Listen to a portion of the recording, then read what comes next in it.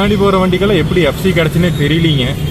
பின்னாடி அந்த பார் வந்து பார்த்தீங்கன்னா கழுண்டுங்க சணல் கயிறு வச்சு கட்டி கொண்டு போயிட்டு இருக்கு. அப்படிங்க அந்த சணல் கயிறு கட்டாச்சுன்னா அந்த பின்னாடி கீழே தொங்கிட்டு இருக்கிற பார் வந்துங்க கண்டிப்பாக கீழே தான் விழுவுங்க.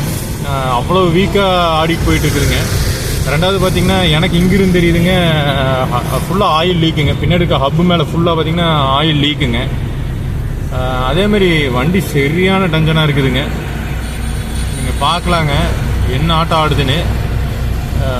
சவுண்டும் கேட்குன்னு நினைக்கிறேங்க. மோஸ்ட்லி வண்டி இருக்க அத்தனையும் செம லூஸாக இருக்குதுங்க. நான் வண்டியை கிண்டல் அடிக்கலைங்க, தயவுசெய்து புரிஞ்சுக்கோங்க. வண்டியை நான் கிண்டல் அடிக்கவே இல்லைங்க. இந்த மாதிரி வெஹிக்கிள் கண்டிஷனில் இருந்து ரோட்டில் ஓட்டினா கண்டிப்பாக அது சேஃப்டி ஹசார்டுங்க. அவருக்குமே டிரைவருக்குமே அது பாவம், அந்த வண்டி ஓட்ட முடியாத ஓட்டிகிட்டு இருப்பாருங்க. ஏன்னா ரொம்ப அன்கண்டிஷனாக இருக்குதுங்க. அந்த பாடி தொட்டின்னு சொல்லுவாங்க கலோக்கியெல்லாம், அதெல்லாம் பார்த்தீங்கன்னா ஷேக் ஆகுதுங்க. அப்படியே போல்ட் எல்லாம் டைட்டாக இருக்கா இல்லையான்னு தெரியலிங்க. இவ்வளவு ஒரு மோசமான கண்டிஷன் வண்டியாக இருந்தால் ஃபிட் கிடையாதுங்க இது ரோட்டில் ஓட்டுறக்கு. பட் ஸ்டில் எப்படி இது பண்ணுறாங்கன்னு எனக்கு தெரியல. இந்த மாதிரி நீங்கள் தான் பார்த்தது உண்டா? ஏன்னா இருக்க எல்லாம் புதுசு எடுக்கிறாங்க, நல்லா ஃபிட்னஸாக இருக்கிற வண்டி எடுக்கிறாங்க. இல்லைன்னா பழைய வண்டியுமே நல்லா ஃபிட்டாக வச்சுருக்காங்க, இல்லைன்னு நான் சொல்லிங்க.